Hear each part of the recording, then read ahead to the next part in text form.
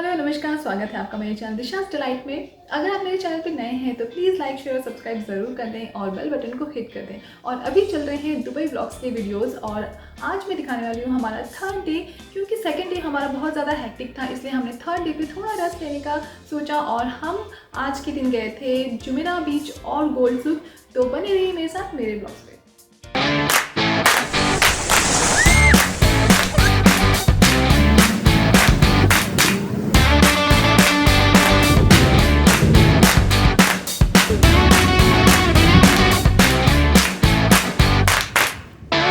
आज है दुबई का थर्ड डे और हमने डिसाइड किया था कि हमारे 7 दिन के टूर में से कोई एक दिन हम रेस्ट लेने वाले हैं, या तो वो 7 दिन के बीच में ले सकते हैं या फिर आखिरी में ले सकते हैं। तो हमने जब अपनी प्लानिंग देखी तो हमें लगा कि सेकेंड डे हम फ्लावर गार्डन, बटरफ्लाई गार्डन और ग्लोबल विलेज कवर करने वाले हैं और ये दिन बहुत ज़्यादा थका देगा। तो हमने डिसाइड किया था कि हम थर्ड डे पे रेस्ट लेंगे। तो मैंने पहले दिन और दूसरे दिन के वीडियोज़ अपलोड कर दिए हैं, आप मेरे चैनल में जाके देख सकते हैं। और आज हम जा रहे हैं जुमेरा बीच और उसके बाद हम चले जाएंगे गोल्ड सुक में। तो हम अपनी कैब में बैठ चुके हैं और सुबह उठते ही ये नज़ारा मेरा फेवरेट है। अगर मैं दुबई में रहती और मेरा मूड ठीक नहीं होता तो मैं सिर्फ एक कैब बुक करती और बस एक लॉन्ग ड्राइव में चली जाती।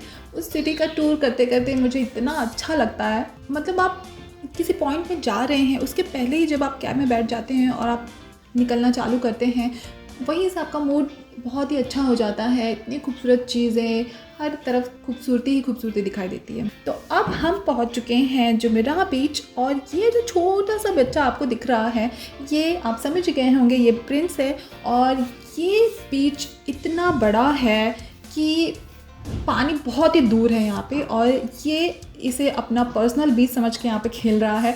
इसे लग रहा है कि ये इसके घर का आंगन है। ये बस दूर दूर तक सिर्फ दौड़ते ही जा रहा है और कबूतर के साथ खेल रहा है, पत्थर के साथ खेल रहा है और रेती, ये सब तो इसे बहुत ज़्यादा पसंद है।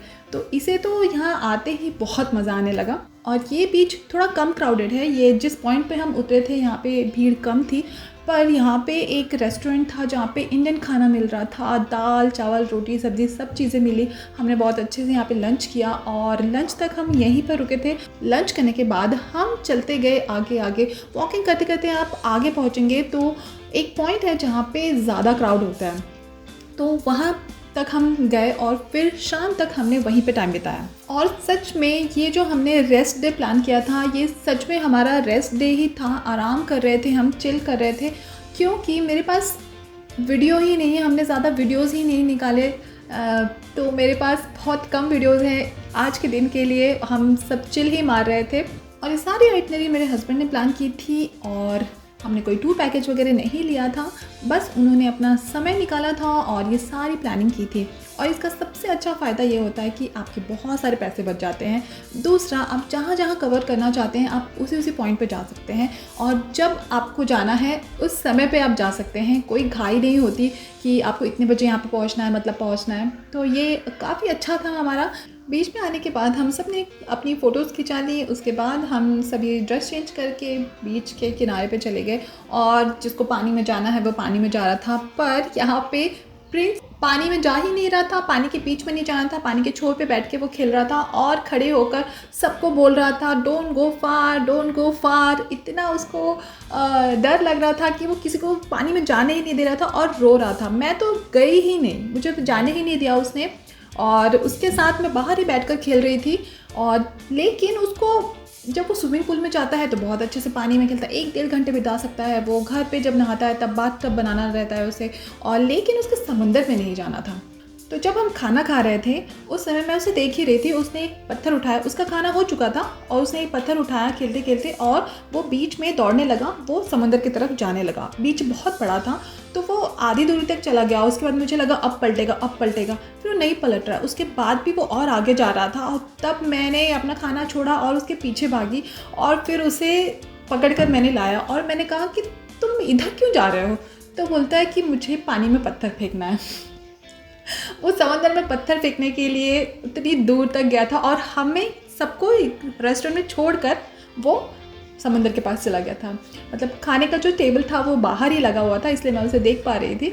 इसलिए नज़र हमेशा इस पर रखनी पड़ती है मतलब अगर इसे खुली चीज़ मिल गई तो ये सिर्फ खेलते रहता है, उसके बाद इसे ध्यान नहीं होता कि कौन मेरे आजू बाजू खड़ा है या नहीं है।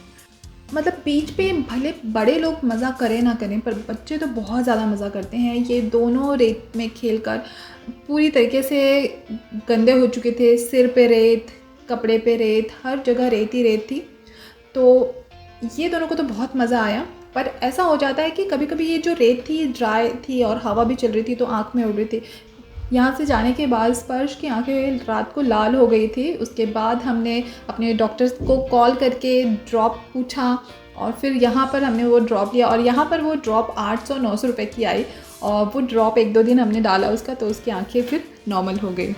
अब मैंने बहुत सारी मेडिसिन लेकर तो आई थी, पर आई ड्रॉप कौन लेकर आता है, मतलब कौन सी लेकर आनी है ये तो आपको पता नहीं होती। तो मैंने आई ड्रॉप वगैरह तो नहीं लिया था, इसलिए हमें यहाँ पे लेना पड़ गया वो। उसके बाद हम चल पड़े हैं गोल्ड सुप के रास्ते में। मुझे तो गोल्ड पहनने का बिल्कुल शौक़ नहीं है, तो मेरी ननद को गोल्ड ख़रीदना था, तो हम गोल्ड सुप चले गए। और वहाँ पे मैं बिल्कुल जो ज्वेलरी शॉप होती है वहाँ पे बैठ नहीं पाई, क्योंकि हम सभी जो थे हमने प्लानिंग की थी कि हम 5 बजे तक अपने होटल पहुँच जाएंगे, और इसलिए हमने कोई गर्म कपड़े नहीं पकड़े थे। पर हमें गोल्ड सुप जाते तक 8-8:30 बज गए, और वहाँ पे फिर और जो ज्वेलरी शॉप ढूंढते ढूंढते पसंद करते करते हमें और टाइम हो गया। तो ज्वेलरी शॉप में एंटर करते ही मुझे इतनी ज़्यादा ठंड लग रही थी, क्योंकि वहाँ पे एसी चल रहा था। तो मैं वहाँ पे शॉप के बाहर बैठी थी, क्योंकि वहाँ पे गाड़ियाँ चल रही थी, तो वहाँ पे थोड़ी सी गर्मी लग रही थी, क्योंकि हमारे पास गर्म कपड़े कुछ भी नहीं थे। तो गोल्ड सुप से शॉपिंग करने के बाद हमारा ये दिन आज ही ख़त्म होता है, और अब हम मिलते हैं नेक्स्ट व्लॉग में।